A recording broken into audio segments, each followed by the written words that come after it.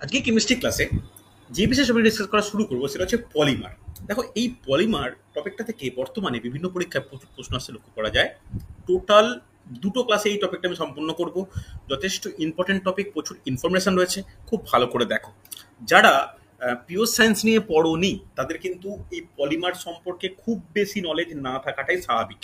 যারা 11-12 যাদের কেমিস্ট্রি ছিল তাদের ক্ষেত্রে পলিমারের মোটামুটি নলেজ রয়েছে।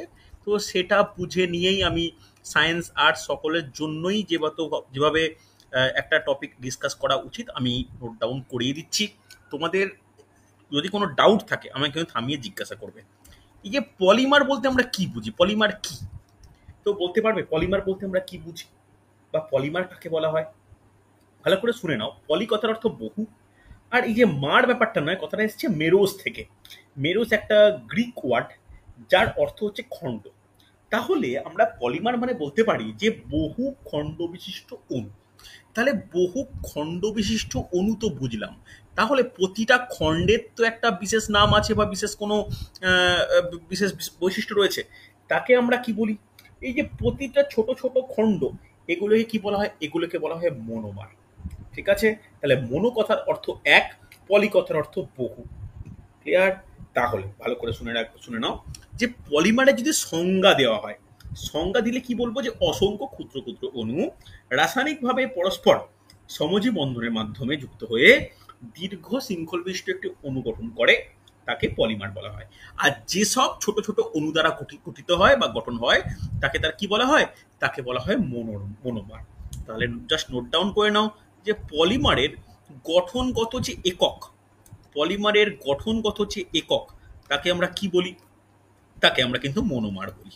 মনে রাখার ব্যাপার, খুব ইম্পর্টেন্ট টপিক, তাই কিন্তু আমরা মনোমার বলি। তাহলে একটা এক্সাম্পল দিয়ে দেখা যাক যে কিভাবে গঠিত হয়। দেখো, পলি বলতে তার কত অণু দ্বারা গঠিত সেটা কিন্তু আমাদের বলা বা জানা কিছুটাই মুশকিল। একটা পলিমারের এক্সাম্পল নিই, আমি প্রতিটা এক্সাম্পল করাবো। নোট ডাউন করে নাও পলি ইথিলিন। ওকে, পলি ইথিলিন যেটা সর্বাধিক ব্যবহৃত বা আমার দৈনন্দিন জীবনে কিন্তু ইউজ করি।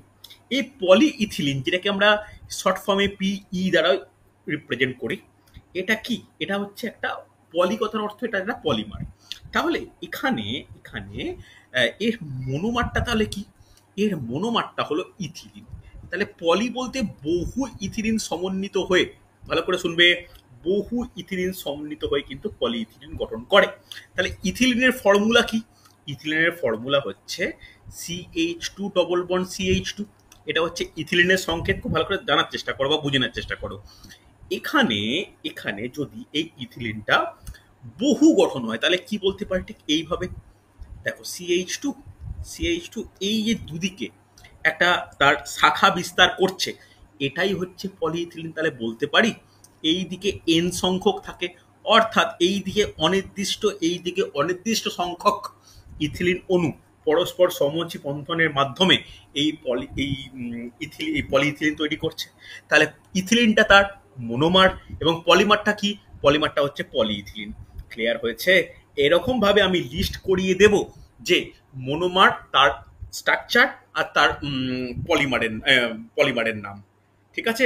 তারপরে এটাও দেখিয়ে দেবো, যেটা কোশ্চেনের জন্য ইম্পর্টেন্ট, যে পলিমারের, ওই পলিমারগুলোর বিশেষ ব্যবহার। ওকে, চলো এরপরে আমরা যেটা আলোচনা করব, যে যেটা আমাদের সবথেকে গুরুত্বপূর্ণ, কোশ্চেন ওরিয়েন্টেড, যে কাকে বা কিসের উপর ভিত্তি করে পলিমারকে ভাগ করা হয়। তো একটা হেডিং করে নাও, পলিমারের শ্রেণীবিভাগ। তো খাতার মাঝখানে পলিমার বলে হেডিং করো। আমরা বিভিন্ন বিভিন্ন উল্লেখযোগ্য বিষয়ের উপর ভিত্তি করে পলিমারের শ্রেণীবিভাগ করব। চলো, তাহলে প্রথমেই আমরা যে বিষয়ের উপর ভিত্তি করে শ্রেণীবিভাগ করব, লিখে নাও। একদিকে খাতার একদিকে লেখো যে উৎস। ওকে, উৎসের উপর ভিত্তি করে নোট ডাউন করে নাও, উৎস বা রিসোর্স। উৎসের উপর ভিত্তি করে পলিমারের শ্রেণীবিভাগ। তাহলে এই উৎসের উপর যদি ভাগ করা হয় তাহলে পলিমারকে আমরা কটা ভাগে ভাগ করতে পারি? দেখো, আমি তোমাদের থেকে এই চ্যাপ্টারে তেমন কোনো কিছু জিজ্ঞাসা করব না, কেন এই জিজ্ঞাসা না করাই উচিত, কারণ টপিকটা একটু অন্যরকম। নোট ডাউন করো, প্রথম হচ্ছে প্রাকৃতিক পলিমার। নোট ডাউন করবে প্রাকৃতিক পলিমার। তারপর নোট ডাউন করবে 2 নম্বর কৃত্রিম পলিমার। তারপর নোট ডাউন করবে অর্ধকৃত্রিম পলিমার। অর্ধকৃত্রিম পলিমার হচ্ছে প্রাকৃতিক পলিমার, কৃত্রিম পলিমার, অর্ধকৃত্রিম পলিমার। লিখেছো ঠিক করে? চল, প্রাকৃতিক পলিমার বলতে কোনটা? প্রকৃতি অর্থাৎ জীবদেহ, দ্যাট ইজ উদ্ভিদ ও প্রাণী থেকে যে পলিমারগুলো আমরা সাধারণভাবে প্রাপ্ত বা যেগুলো পাই সেগুলো হচ্ছে প্রাকৃতিক পলিমার। লিখেছো ভালো করে? প্রাকৃতিক পলিমার। তাহলে এই প্রাকৃতিক পলিমারের এক্সাম্পল কি বলা যাবে? নোট ডাউন করে নাও। রবার। রবার বলতে যেটা প্রাকৃতিক রবার, যেটা যেটা তরুক্ষীর বা ল্যাটেক্স ফর্মে পাই আমরা। Starch, starch, cellulose, starch, cellulose, আর কি বলতে পারি, প্রোটিন অণু, হ্যাঁ কি না? এইগুলো প্রত্যেকটা জীবদেহ থেকে পাই। এগুলো কি প্রাকৃতিক পলিমার। আচ্ছা, প্রত্যেকে লিখতে পারছো? রেসপন্স করো, ভালো করে লিখতে পারছো তো? খুব গুরুত্বপূর্ণ টপিক কিন্তু হচ্ছে। চলো নেক্সট, কৃত্রিম পলিমার। কৃত্রিম বলতে যেটাকে আমরা সিনথেটিক পলিমার বলি ইংলিশে, যে শিল্পে বা কোনো পরীক্ষাগারে বা রসায়নগারে কৃত্রিমভাবে যে সমস্ত পলিমারকে সংশ্লেষণ করা হয় তাকে বলা হয় কি? কৃত্রিম পলিমার। এই কৃত্রিম পলিমার কিন্তু প্রচুর রয়েছে। যেমন এক্ষুনি লেখালাম PE, that is polyethylene, example must, polyethylene. আর কি বলতে পারি? পিভিসি, খুব কমন একটা নাম, পরীক্ষায় প্রচুর প্রচুর প্রশ্ন প্রশ্ন আসে। Polyvinyl chloride, nylon, nylon, nylon ছাড়া লিখে রাখো পলিস্টাইরিন, প্রচুর এক্সাম্পল আছে। পলিস্টাইরিন, ওকে, পলিস্টাইরিন প্রভৃতি। এরপরে অর্ধকৃত্রিম। দেখো, অর্ধকৃত্রিম বলতে কোনটা? যার উৎসটা প্রকৃতিজাত, অর্থাৎ প্রকৃতি থেকে প্রাপ্ত পলিমারকে রাসায়নিকভাবে যদি পরিবর্তিত করা হয় বা রাসায়নিক রূপান্তরের মাধ্যমে যদি নতুন কোনো পলিমার পাই, তাকে বলি আমরা সেমি সিনথেটিক পলিমার বা অর্ধকৃত্রিম পলিমার। কথা বলতে পারলাম? হ্যাঁ কিনা ভালো করে বুঝবে। মানে এখানে হচ্ছে পলিমার জিনিসটা পাচ্ছে প্রাকৃতিক থেকে, তাকে রাসায়নিকভাবে পরিবর্তিত করা হচ্ছে। যেমন নাম শুনলেই বুঝতে পারবে, সেলুলোজ বলেছিলাম প্রাকৃতিক পলিমার, কিন্তু যদি বলা হয় সেলুলোজ নাইট্রেট, তখন কি হয়ে যাবে? সেলুলোজ নাইট্রেট এটা কিন্তু অর্ধকৃত্রিম। ওকে, সেলুলোজ অ্যাসিটেট, সেলুলোজ অ্যাসিটেট, ওকে, সেলুলোজ অ্যাসিটেট হচ্ছে। নেক্সট নোট ডাউন করবে যে hydrogenated rubber, hydrogenated rubber, rubber প্রাকৃতিক রবার একরকম, হাইড্রোজেনেটেড যে রবার এটাও কিন্তু আমরা বলতে পারি যে অর্ধকৃত্রিম হচ্ছে। হ্যাঁ কি না? রেসপন্স করো, প্রত্যেকে লেখা হয়েছে। এক্সাম্পল কিন্তু পরীক্ষায় প্রচুর পরিমাণে দেয়। হয়েছে না হয়নি? রেসপন্স করো না একবার। আরে হ্যাঁ কি না? হ্যাঁ স্যার। এরপরে আমরা যে ভাগ পড়বো, এই ভাগটাও কিন্তু ইম্পর্টেন্ট, নোট ডাউন করবে। গঠনের ভিত্তিতে, গঠনের ভিত্তিতে মানে অ্যাজ পার স্ট্রাকচার, স্ট্রাকচারের ভিত্তিতে পলিমারের শ্রেণীবিভাগ। তাহলে স্ট্রাকচারের ভিত্তিতে পলিমারের শ্রেণীবিভাগকে আমরা মোটামুটি 3 ভাগে করতে পারি। তো 3 ভাগের মধ্যে প্রথম ভাগ নোট ডাউন করে নাও, যে রৈখিক polymer, that is linear polymer. রৈখিক পলিমার, ওকে, রৈখিক পলিমার। রৈখিক পলিমারের পর নোট ডাউন করবে যে ব্রাঞ্চড পলিমার, যাকে বাংলায় বলতে পারি শাখাযুক্ত পলিমার, শাখাযুক্ত পলিমার, ব্রাঞ্চড পলিমার বা শাখাযুক্ত পলিমার। ওকে, আচ্ছা একটা জিনিস বলে দিই, এই সপ্তাহে আমি কোনো মক টেস্ট রাখিনি এই রোববার, পরের সপ্তাহে কিন্তু রিজনিং মক টেস্ট নেব আমি। সোমবার বা মঙ্গলবার সিলেবাস বলবো, রিজনিং অনেকদিন মক টেস্ট নেওয়া হয়নি, রিজনিং মক টেস্ট নেবো। খুব ভালো করে কিন্তু রেডি করো, ঠিক আছে? কোন কোন টপিক সেগুলো যদি ডাউট থাকে আমি প্র্যাকটিসে ক্লাসও নেবো, তোমরা কিন্তু রিজনিংটা ভালো করে রেডি করে নাও। চলো, তাহলে রৈখিক বললাম, শাখাযুক্ত বললাম, আর নোট ডাউন করবে নেটওয়ার্ক পলিমার বা যাকে আমরা বলি জালক পলিমার। ওকে, নেটওয়ার্ক পলিমার বা যাকে আমরা বলি জালক পলিমার, এটা কিন্তু খুব গুরুত্বপূর্ণ, মনে রাখার ব্যাপার। এই যে লিনিয়ার বললাম, লিনিয়ারের গঠন কেমন হয়? যেমন পলিইথিলিন দেখালাম আমি, ছবিতে রিপ্রেজেন্ট করার চেষ্টা করছি, তোমরা একটু দেখো যে জাস্ট এইভাবে, অর্থাৎ যদি CH2 এইভাবে ব্রাঞ্চড ইউজ হয়, তাহলে দেখো একটা লিনিয়ার টাইপ অফ সার্কিট তৈরি হচ্ছে। তাহলে আমরা তাকে কি বলি? তাকে আমরা বলি রৈখিক পলিমার। হ্যাঁ কি না? এটা কিন্তু মনে রাখার ব্যাপার। এরপরে যেটা গুরুত্বপূর্ণ, শাখাযুক্ত। শাখাযুক্ত বলতে কি? দেখো, একটা লিনিয়ারের সঙ্গে যদি ওপরে বা নিচে বা ওপর নিচে ঠিক নয়, মানে চতুর্দিকে মনে হয় যদি ব্রাঞ্চ ফর্মে থাকে, তাহলে যেটা হয়, তাহলে সেটাকে শাখাযুক্ত পলিমার বলা হয়। আর জালক কোনটা? জালক বলতে আমরা কি বুঝি? যখন এই শাখা যুক্তটা একাধিক লিনিয়ার পলিমারের সঙ্গে যদি কানেক্টেড হয়, তাহলে দেখো একটা নেট বা জাল সদৃশ্য ফর্ম করে। বুঝতে পারলে? তোমাদের মনে প্রশ্ন আসতে পারে, স্যার এখানে মনোমার ব্যাপারটা তাহলে কোথায়? দেখো, লিনিয়ারের ক্ষেত্রে মনোমার ধরলাম এইটুকুটা, শাখাযুক্তে মনোমার এইগুলো প্রত্যেকটা মনোমার, হ্যাঁ কি না? আবার ব্রাঞ্চের মধ্যেও মনোমার আছে, হ্যাঁ কি না? আর জালকের ক্ষেত্রে দেখো প্রতিটা পয়েন্টে মনোমার, জালকের ক্ষেত্রে যেমন প্রতিটা পয়েন্টে মনোমার। তাহলে এইভাবে দেখো মনোমারগুলো যে পলিমার গঠন করছে, স্ট্রাকচারটা অরিজিনালি কেমন হয়ে যাচ্ছে? জালকের ন্যায় স্ট্রাকচারটা তৈরি হচ্ছে, স্ট্রাকচারটা জালকের ন্যায় তৈরি হচ্ছে। তাহলে এটাকে বলা হয় যে নেটওয়ার্ক পলিমার বা জালক পলিমার, হ্যাঁ কি না? ক্লিয়ার প্রত্যেকে? এবার আমাদের তো পরীক্ষায় স্ট্রাকচারটা কেমন সেটা বোঝা নিয়ে প্রশ্ন নয়, আমাদের প্রশ্ন আছে কিরকম ভাবে মুছলাম, তো অন্য টপিক লেখাতে হবে, তো নোট ডাউন করে নেওয়া উচিত। এরপরে এই যে প্রতি টাইপের পলিমার বললাম, এর বাস্তবিক এক্সাম্পল কি, এর বাস্তবিক এক্সাম্পল কিন্তু পরীক্ষায় আসে।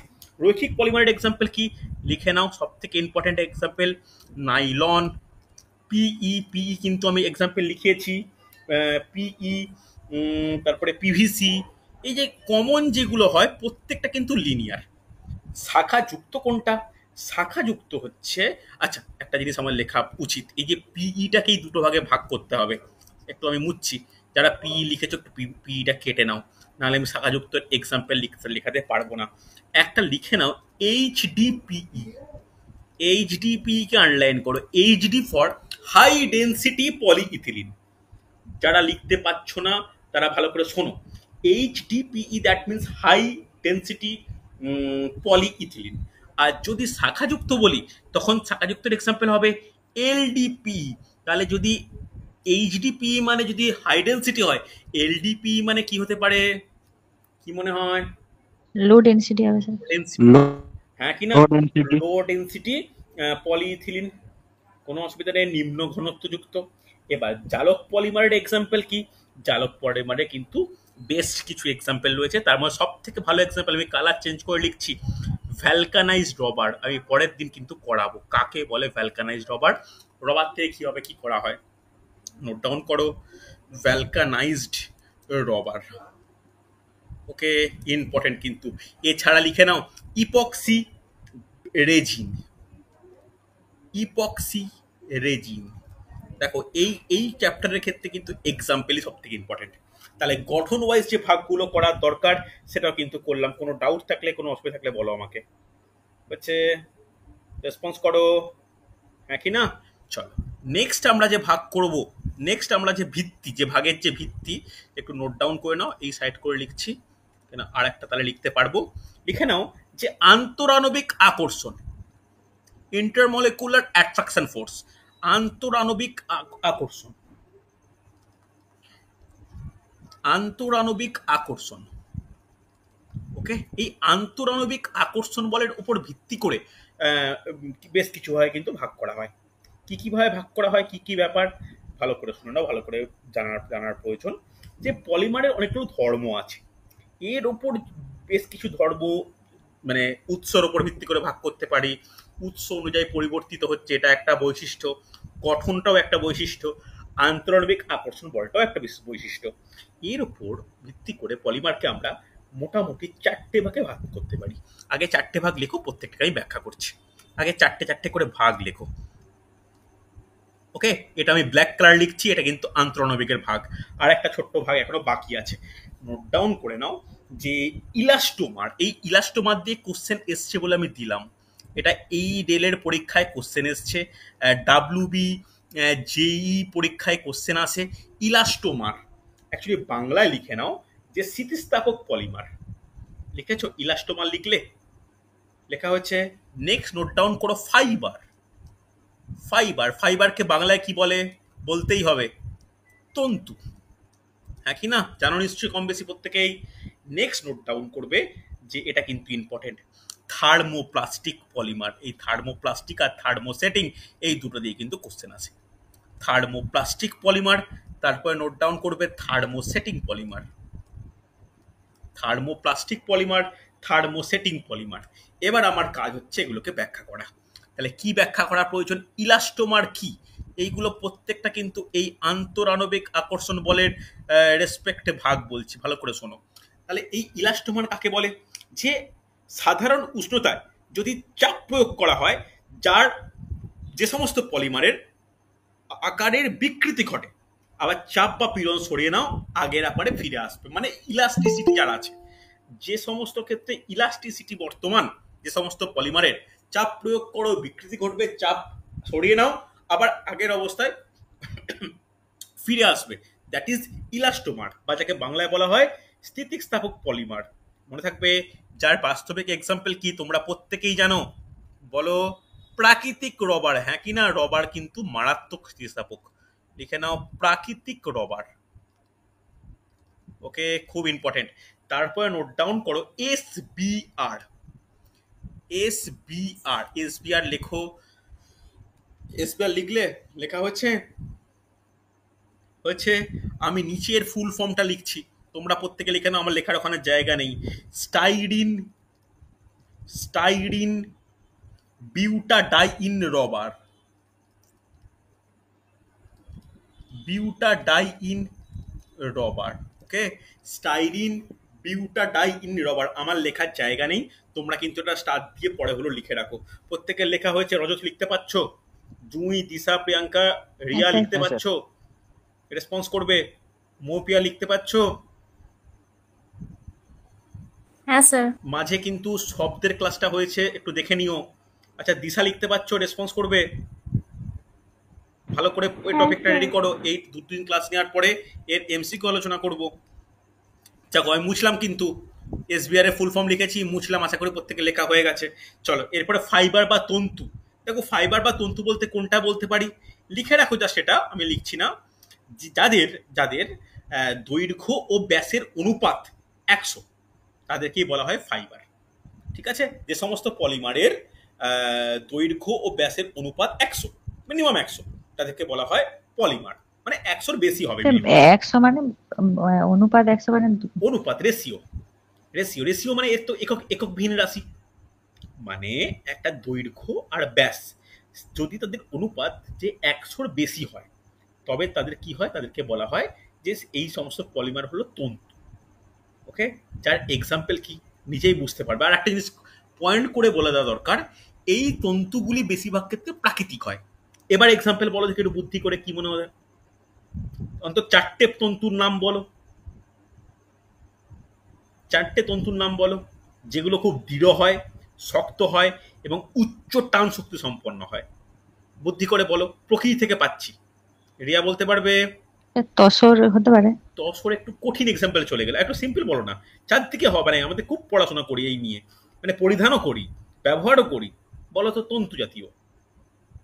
আমি বললেই বলবো আচ্ছা এইটা। বলো বলো, অন্তত 4টে এক্সাম্পল। মানে 4টে এক্সাম্পল চাইছি, মানে বুঝতে পারছো কতটা ইজি জিনিস? পাট। পাট। একদমই ভেরি গুড এক্সাম্পল, পাট। সুন্দর, এই জানতে চাইছিলাম পাট। এবার বলো পাট ব্যতীত। বলো বলো, মানে প্রাকৃতিক হবে, পশম হবে, পশম, রেশম হবে। হ্যাঁ কি না? কেন কেন জানতে চাইছিলাম, দেখে নাও। তুলো হবে, কার্পাস, তুলো। এগুলো প্রত্যেকটা তন্তু ফসল বলা হয় তো। হ্যাঁ কি না? সিল্ক হবে তো, রেশম থেকেই যে পরবর্তী ক্ষেত্রে রূপান্তরিত করে সিল্ক তৈরি হয়, রেশম সিল্ক বা মুগা রেশম, এগুলো প্রত্যেকটা কি ফাইবার। এই ফাইবার, এই ফাইবার এদের এগুলোই কিন্তু ওয়ান টাইপ অফ পলিমারও বটে। হচ্ছে, চলো নেক্সট খুব গুরুত্বপূর্ণ এক্সাম্পল, থার্মোপ্লাস্টিক। আগে থার্মোপ্লাস্টিক আমার লেখার জায়গা নিয়ে আমি ব্যাখ্যা করছি, তোমরা শুনে নাও, পারলে লিখে নাও। কোনগুলো? যে সমস্ত পলিমার তাপের প্রভাবে নমনীয়, কিন্তু তাপ মানে সরিয়ে নিলে আবার শক্ত হয়ে যায়, তাদেরকে থার্মোপ্লাস্টিক বলা হয়। কথাটা মনে থাকবে, কথাটা কি বললাম? তাপ প্রয়োগ করলাম, নমনীয় হয়ে গেল, তাপ সরিয়ে দিলাম, ওই পদার্থটা পুনরায় শক্ত হয়ে গেল, তাকে কি বলা হয়? Thermoplastic polymer. কথাটা মনে থাকবে। তাহলে থার্মোপ্লাস্টিক এর এক্সাম্পল কি? PE, that is polyethylene, PVC, polyvinyl chloride. Okay, লিখে রাখো পলিস্টাইরিন প্রভৃতি, পলিস্টাইরিন প্রভৃতি। রেসপন্স করো, বোঝা গেল কিনা? দেখো একটা পেজের মধ্যে কিন্তু প্রচুর কিছু টপিক আলোচনা হচ্ছে, অসুবিধা নেই। নেক্সট হচ্ছে থার্মোসেটিং। থার্মোসেটিং পলিমার বলতে কি? যে সমস্ত পলিমার তাপ প্রয়োগে নমনীয় হয়, তাপ অপসারণে শক্ত হয়, কিন্তু দ্বিতীয়বার সেকেন্ড টাইম যদি এই পদ্ধতিটা আবার ওর উপর অ্যাপ্লাই করা হয় তখন আর নমনীয় হয় না। তাকে কি বলা হয়? থার্মোসেটিং। কথাটা বোঝাতে পারলাম? যে যদি একবার তাপ প্রয়োগ করি তাহলে নমনীয় হয়ে যাবে, দ্বিতীয়বার প্রয়োগ করলে আর নমনীয় হবে না, তখন শক্ত হয়েই থেকে যাবে। সেটা যদি একবার হয় তখন তাকে বলা হয় থার্মোসেটিং। আর যদি এটা যতবারই প্রয়োগ করো সবসময়তেই নরম যদি হয়ে যায় তখন সেটা কি বলবো? থার্মোপ্লাস্টিক। ক্লিয়ার হয়েছে? রেসপন্স করো ওপর থেকে, দুটো ডিফারেন্স বুঝতে পারলে? তাহলে এই থার্মোসেটিং এর এক্সাম্পল কি? লিখে নাও epoxy resin. Epoxy resin, okay, epoxy resin হচ্ছে, লিখে নাও যে phenol formaldehyde resin. Phenol formaldehyde resin, মনে থাকবে? হচ্ছে না হয়নি? ক্লিয়ার? চল, তাহলে এতক্ষণ যে আমরা ভাগ পড়ছিলাম অন্যতম গুরুত্বপূর্ণ একটা টপিক দ্বিতীয়টা একবার বলুন উদাহরণটা। কোনটা? কোনটা বলো, কোনটা বলো? ওই যে ইপক্সি রেজিনের নিচে ফেনল ফর্মালডিহাইড রেজিন হচ্ছে। হ্যাঁ স্যার হয়েছে। হচ্ছে? চল নেক্সট একটা হেডিং করো, যে এরপরে আমরা যে ভাগটা আলোচনা করব তোমরা যেভাবে ইচ্ছা লিখতে পারো, আমি এটা লিখি যে মনোমার অণুর বিন্যাস। তোমরা যেখানে একটু হোক ব্যাপার লিখে নাও, মনোমার অণুর বিন্যাস। মনোমার অণুর বিন্যাস মনে থাকবে? এই মনোমার অণুর বিন্যাস এর ভিত্তিতে কটা ভাগ করতে পারি? এর ভিত্তিতে ভাগ করা যায় দুটো। কি কি দুটো ভাগ? নোট ডাউন করে নাও, আমি ব্লু কালার লিখছি। একটা হচ্ছে হোমোপলিমার, একটা হোমোপলিমার, আর একটা লিখে নাও কোপলিমার। একটা হোমোপলিমার, একটা হচ্ছে কোপলিমার। একটা হোমোপলিমার আর একটা কোপলিমার। দেখো এই হোমোপলিমার ব্যাপারটা কি? তাকে বাংলায় বলা হয় স্বপলিমার, মানে যেটা যেটা একই প্রকার মনোমার দ্বারা গঠিত। মানে যে পলিমারের মধ্যে মনোমার তো থাকবেই, সে মনোমারটা একটা টাইপেরই হবে, দ্যাট ইজ হোমোপলিমার। যার বাস্তবিক এক্সাম্পল কি?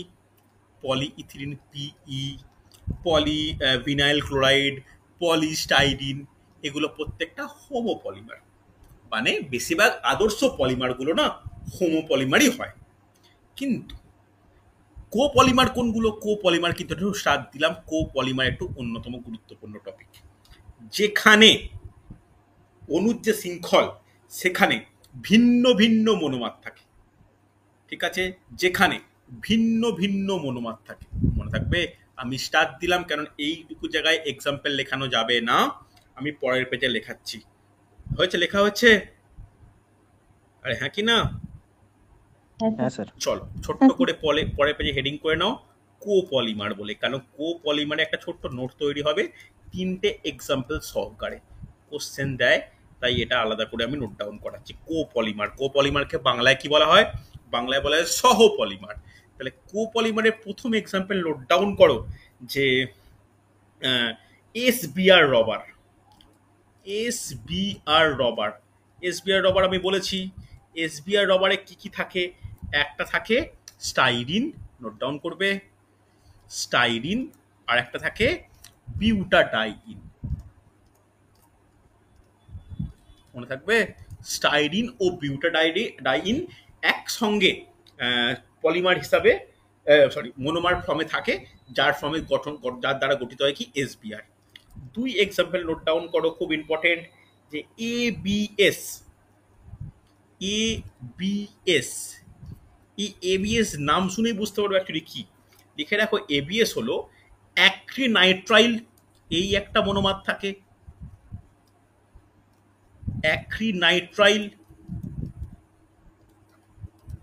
অ্যাক্রিনাইট্রাইল ওর সঙ্গে থাকে বিউটাডাইন, মানে A for acrylonitrile, B for butadiene, butadiene, আর এস ফর কি মনে হয়? স্টাইরিন। এই তিনটে দ্বারা গঠিত হচ্ছে কোনটা? ABS। মনে থাকবে? হ্যাঁ কি না? এটা কিন্তু খুব ইম্পর্টেন্ট। নেক্সট 3 নম্বর SAN। SAN, এই SAN কি কি দ্বারা গঠিত হয়? SAN গঠিত হয় styrene, styrene plus acrylonitrile, acrylonitrile plus acrylonitrile, হ্যাঁ এই দুটোই, সরি, অ্যাক্রিনাইটাইল অ্যাক্রিনাইটাইলের জন্যই কিন্তু AN। এই দুটো দ্বারা গঠিত হচ্ছে SAN। মনে থাকবে? হ্যাঁ কি না? যেন মনে থাকে। তাহলে এইগুলো প্রত্যেকটা কি? এইগুলো প্রত্যেকটা হচ্ছে ওয়ান টাইপ অফ, বলতে পারি যে হচ্ছে কোপলিমার। কোপলিমার, যে কোপলিমারগুলো গঠিত হচ্ছে এই দুটো বা তিনটে মনোমার দ্বারা। হ্যাঁ কি না? রেসপন্স করো, খুব গুরুত্বপূর্ণ কিন্তু। কোনো ডাউট থাকলে, কোনো অসুবিধা থাকলে আমাকে বলবে। হচ্ছে রেসপন্স করো, ইয়েস অর নো হ্যাঁ স্যার। প্রত্যেকে। চলো এরপর আজকে একটা নেক্সট ছোট্ট টপিক আলোচনা করে দেওয়া প্রয়োজন, যে কোন ধরনের মনোমার আছে, তার সংকেত কি, আর তার দ্বারা গঠিত পলিমার কি। তাহলে একটা ছোট্ট হেডিং করে নাও, বিভিন্ন পলিমার বলে। বিভিন্ন পলিমার বলে। তাহলে অ্যাকচুয়ালি পলিমার তো বিভিন্ন, কেন পলিমার বিভিন্ন হওয়ার কারণ কি? পলিমার বিভিন্ন হওয়ার কারণ হচ্ছে বিভিন্ন রকম মনোমারের ব্যবহারের জন্য। তাহলে হেডিং করো মনোমার, হেডিং করো মনোমার, তারপর নোট ডাউন করো সংকেত, মনোমার, সংকেত, এদিকে লেখো তার দ্বারা গঠিত হওয়া পলিমার। ওকে, চলো 1 নম্বর। 1 নম্বর সব থেকে কমন আলোচনা, যেটা আগে হয়েই গেছে, কি মনোমার হিসাবে? ইথিলিন। ইথিলিনের সংকেত কি? CH2 double bond CH2। এর দ্বারা গঠিত পলিমারের নাম কি? পলিইথিলিন। দুটোই কিন্তু ইম্পর্টেন্ট। পলিইথিলিন, যাকে আমরা PE দ্বারা রিপ্রেজেন্ট করি। হচ্ছে 2 নম্বর। তাহলে পলিথিন আলোচনা হলো, দ্যাট ইজ পলিইথিলিন।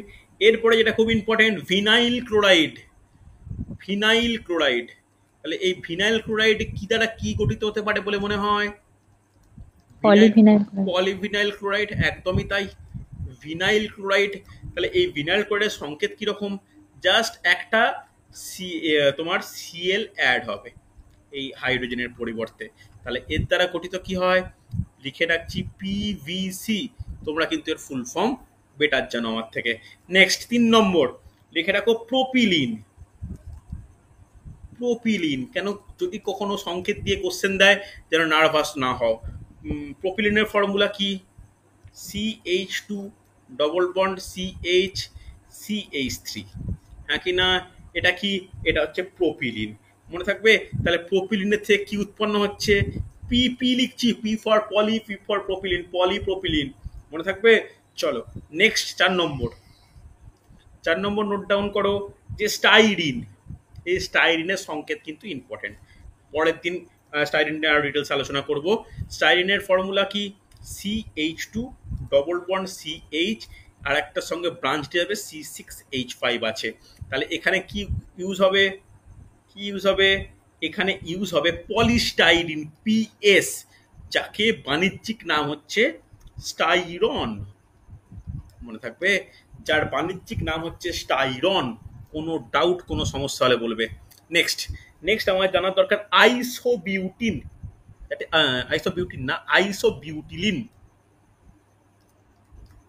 আইসোবিউটিলিন, এই আইসোবিউটিলিন কি formula? CH2 double bond C, দুদিকে CH3 CH3। ওকে, যার বাস্তবিক এক্সাম্পল কি? সরি, যার মনোমার কি? যার মনোমার হচ্ছে, নোট ডাউন করে নাও, butyl rubber. Okay, butyl rubber, butyl rubber, butyl rubber. Okay, এই বিউটাইল রবারকেই বলা হয় পলি আইসোবিউটিলিন, যাকে শর্ট ফর্মে BR বলা হয়। ওকে, চলো 6 নম্বর নোট ডাউন করো, vinyl acetate. Vinyl acetate, vinyl acetate. Vinyl অ্যাসিডের ফর্মুলা কি? CH two double bond CH single bond CO CH3। Okay, যার ফুল ফর্ম কি? জাস্ট সামনে পলি কথাটা অ্যাড করে নাও, তাহলে কি হবে? Polyvinyl acetate, PVAC। তোমরা ফুল ফর্ম লিখে নাও, PVAC মিন্স পলিভিনাইল অ্যাসিটেট। লেখা হয়েছে? হ্যাঁ কি না? রেসপন্স করো। হয়েছে তো? আরে হ্যাঁ কি না, হ্যাঁ কিছু তো স্যার। বলো, প্রত্যেকে বলো যারা হ্যাঁ ক্লাস স্যার। করছো। শ্রেয়া লেখা হয়েছে, হ্যাঁ স্যার। মৌপিয়া, রিয়া, প্রিয়াঙ্কা রেসপন্স করবে। রিয়া, প্রিয়াঙ্কা হ্যাঁ স্যার। বলো লেখা হয়েছে। চলো, সুন্দর। হ্যাঁ স্যার। দেখো আর তিনটে বাকি আছে, নেক্সট নোট ডাউন করবে। ক নম্বর হবে জানো? 7 নম্বর। 7 নম্বর নোট ডাউন করে, এটা কঠিন কিন্তু আমাদের মনে রাখাটা আবশ্যক। নাম কি? মিথাইল মিথাক্রিলেট। মিথাইল মিথাক্রিলেট। মিথাইল মিথাক্রিলেট এর সংকেত কিরকম? নোট ডাউন করো। CH2 ডবল বন্ড C, এদিকে একটা সিঙ্গেল বন্ড CH3, আর নিচে C ডবল লো CH3। এটা হচ্ছে সংকেত। কার সংকেত? এটা মনোমারটার সংকেত। এটা দ্বারা গঠিত পলিমারটার নাম কি? কি হবে? পলিমিথাইল মিথাক্রিলেট। আমি আর লিখলাম না, তোমরা জাস্ট পলি কথাটা আরেকবার অ্যাড করে লিখে নাও। তার শর্ট ফর্ম কি ইউজ করা হয়? PMMA। তাহলে কথাটা বুঝতে পারলে? মিথাইল মিথাক্রিলেট, এটা MMA। মিথাইলের জন্য M, মিথার জন্য M, আর অ্যাক্রিলেটের জন্য A। তো তার আগে জাস্ট পলি কথাটা অ্যাড করে নাও। মানে বেশিরভাগ ক্ষেত্রে পলিমারের নামটা কি হয়? মনোমারের যে নাম থাকে তার আগে জাস্ট ইউজ করা হয়। হ্যাঁ কি না? মোটামুটি এটা ক্লিয়ার হয়েছে তো, যে মনোমার তার সংকেত, আর সেখান থেকে গঠিত হচ্ছে পলিমার। হ্যাঁ কি না? এটা এটা ক্লিয়ার হচ্ছে তো, যে কিভাবে মনোমারের সঙ্গে পলিমার সম্পর্কিত আর নামগুলো কিভাবে তৈরি হচ্ছে। জাস্ট মনোমারের আগে বেশিরভাগ ক্ষেত্রে পলি অ্যাড করে দেওয়া হয়, কিছু ক্ষেত্রে বাণিজ্যিক নাম ডিফারেন্ট হয়। এরপরে 8 নম্বর, খুব ইম্পর্টেন্ট, অ্যাক্রিলোনাইট্রাইল। নোট ডাউন করো, অ্যাক্রিলোনাইট্রাইল। হাতের লেখা বুঝতে অসুবিধা হলে বলবে আমাকে। অ্যাক্রিলোনাইট্রাইল। অ্যাক্রিলোনাইট্রাইল এর ফর্মুলা কি? CH2 double bond CH CN। আচ্ছা, CNটা এখানে লিখি, CN। ওকে, তাহলে বলো, এর যদি পলি অ্যাড করা হয় তাহলে নামটা কি হবে? বলো। পলিঅক্সিলোনাইট্রাইল। পলি অক্সিলো না, অ্যাক্রিলো। অ্যাক্রিলো, এক অক্সি নয়, এটা অ্যাক্রি। ঠিক আছে, তাহলে পলি অ্যাক্রিলোনাইট্রাইল, যার শর্ট ফর্ম কি? প্যান। এই প্যানের কথাটা তোমরা কিন্তু শুনে থাকবে, প্যান দিয়ে কিন্তু কোশ্চেন দেয়। ওকে, তাহলে প্যানের ফুল ফর্ম কি? পলি অ্যাক্রিলোনাইট্রাইল। কথাটা ক্লিয়ার? রেসপন্স করতে হবে ইয়েস অর নো। হ্যাঁ কি না? হ্যাঁ স্যার। চলো হ্যাঁ স্যার। নেক্সট 9 নম্বরটাও কিন্তু তোমাদের ক্ষেত্রে চেনা। 9 নম্বর কি? টেট্টাফ্লুরোইথিলিন। টেট্টাফ্লুরোইথিলিন। টেট্টা কথার অর্থ চারটে, ইথিলিনে কি হয়? দুটো কার্বন থাকে। তাহলে টেট্টাফ্লুরোইথিলিনের সংকেত কিরকম হবে? C ডবল বন্ড C, দুদিকে দুটো H ছিল, এখানে দুদিকে দুটো FF হয়ে যাবে। FF হয়ে যাবে।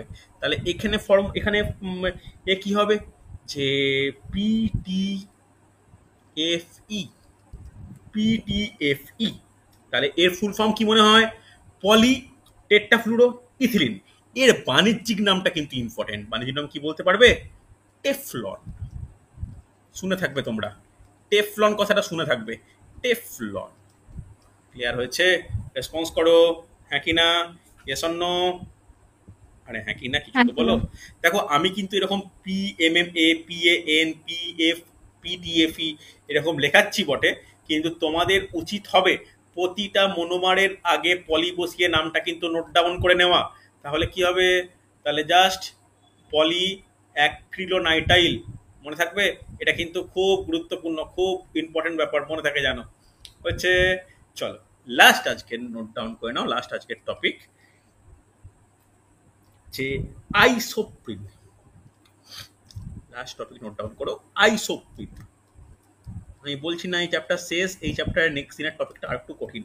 এই আইসোপ্রিনের সংকেত কখনো পরীক্ষায় দেওয়ার কোনো প্রশ্নই আসে না, একটু কঠিন সংকেত, বাট মনে রাখাটা উচিত। মনে রাখাটা উচিত যখন টপিকটা করাচ্ছি, একটু ডেপলি করাচ্ছি। দেখো, এটা হচ্ছে আইসোপ্রিনের ফর্মুলা। তাহলে কি হওয়া উচিত বলো, নাম কি হওয়া উচিত? পলি আইসোপ্রিন, হ্যাঁ কি না? এই পলি আইসোপ্রিনকে কি বলা হয় জানো? এই পলি আইসোপ্রিন যেটা, এটাই হচ্ছে প্রকৃতিজাত, দ্যাট ইজ প্রাকৃতিক রাবার। ওকে, সেটাই হচ্ছে প্রাকৃতিক রাবার। ক্লিয়ার হচ্ছে? রেসপন্স করো, ইয়েস অর নো? আরে হ্যাঁ কি না?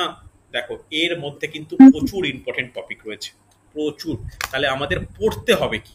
আমাদের পড়তে হবে সংকেতগুলো। চাইলে তোমরা যদি মনে হয় যে স্যার কঠিন লাগছে, পড়বই কি, না হলেও চলবে, আমি বলছি না যে পড়তেই হবে, কিন্তু মাস্ট প্রত্যেকটার পলিমারের নাম, প্রত্যেকটার মোনোমারের নাম, এটা যেন খুব ভালো করে রেডি থাকে। হয়েছে? রেসপন্স করো, ক্লিয়ার হলো কিনা? হ্যাঁ কি না? হ্যাঁ স্যার। চলো, তাহলে এর পরে আমরা আলোচনা করব, পরের দিন আলোচনা করব যে এই পলিমারের মধ্যে বিশেষ কিছু পলিমারের ধর্ম, পলিমারের ব্যবহার, যেমন পলিথিন বা পলিইথিলিন পড়তে হবে, তারপরে পড়তে হবে পিভিসি পড়বো, পলিপ্রোপিলিন পড়বো, তারপরে টেফলন নিয়ে আলোচনা করব, রাবার নিয়ে আলোচনা করব, ব্যাকেলাইট নিয়ে আলোচনা করব, নাইলন নিয়ে আলোচনা করব, এই যে রবার নিয়ে আলোচনা করব, এইগুলো নিয়ে কিন্তু আলোচনা হয় পরপর। ঠিক আছে? রবারের ভাগ নিয়ে আলোচনা হবে, এইগুলো পর পর আলোচনা হবে। তারপরে এই এই যে টপিকটা আছে না, মানে এই যে লেখাটা আছে, আমি ঠিক এরপর থেকে শুরু করব। আজকে লেখালাম না, ভাবছিলাম লিখিয়ে দেবো। এই যে পলিথিন বা ভিনাইল ক্লোরাইড বা প্রোপিলিন যাই আছে, এদের প্রত্যেকটা ছোট ছোট ব্যবহার, এর ব্যবহারগুলো একটু জেনে রাখাটা প্রয়োজন, বুঝলে? তখন এটা আমরা কিন্তু পরের দিনই ব্যবহারগুলো করে নেবো। তো আর একটা ক্লাস আলোচনা হলে মোটামুটি আমাদের পলিমার পুরো টপিকটা কিন্তু কভার হয়ে যাবে। এই পলিমার টপিক দেখবে কম্পিটিটিভ এক্সামে যদি বই তোমরা ঘাটাঘাটি করো, আছে জাস্ট 1-1.5 পেজ করে দেওয়া আছে। সব থেকে ভালো দেওয়া আছে ক্লাস 11 কি 12, কোন ক্লাসে আছে আমার খেয়াল নেই, মেবি 12, এখন তো সেমিস্টার সিস্টেমে ডিফারেন্ট হয়ে গেছে সব। সেই 11-এর বা 12-এর সিলেবাসে রয়েছে কেমিস্ট্রিতে, 10-এ কিন্তু নেই। তো যারা 10-এর পর সায়েন্স ছেড়ে দিয়েছো, সায়েন্স ছেড়ে আর্টস নিয়ে এগিয়েছো, তাদের ক্ষেত্রে এটা একটু নতুন টপিক মনে হতে পারে, বাট কঠিন টপিক নয়। ঠিক আছে? ভালো করে দেখে নাও। আমি এই সপ্তাহে শেষ হয়ে গেল, পরের সপ্তাহে রিজনিং পরীক্ষা নেব, তারপরের সপ্তাহে দুটো আমি কেমিস্ট্রি ক্লাস নেবো। একটা হচ্ছে প্র্যাকটিস সেটের ক্লাস আলোচনা করব, আর একটা ক্লাস আলোচনা হবে, সেখানে পুরো এই পলিমারের সেকেন্ড পার্টটা ডিসকাস করবো। ওকে, চল আজকে তাহলে এতটাই।